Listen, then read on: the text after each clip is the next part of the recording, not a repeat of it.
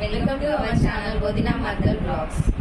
బిర్యానీలో chicken gravy ప్రతి ఒక్కరు ఇష్టంగా తింటూ ఉంటారు కదా. ఈ చికెన్ గ్రేవీని ఉడికించిన బిర్యానీ రైస్ వాటర్తో కూడా చేసుకోవాలి.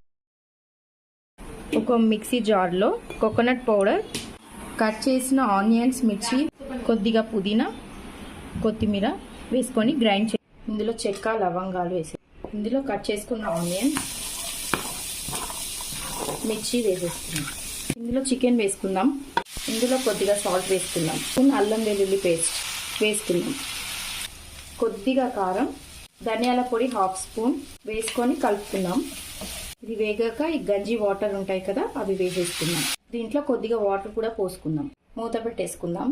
కొద్దిగా ధనియాల పొడి, కొద్దిగా కొత్తిమీర వేసుకొని స్టవ్ ఆఫ్ చేసి బిర్యానీ కర్రీ రెడీ అయిపోయింది. ఈ రెసిపీ ఫుల్ వీడియో డిస్క్రిప్షన్ లో మెన్షన్ చేసాము, చూడండి.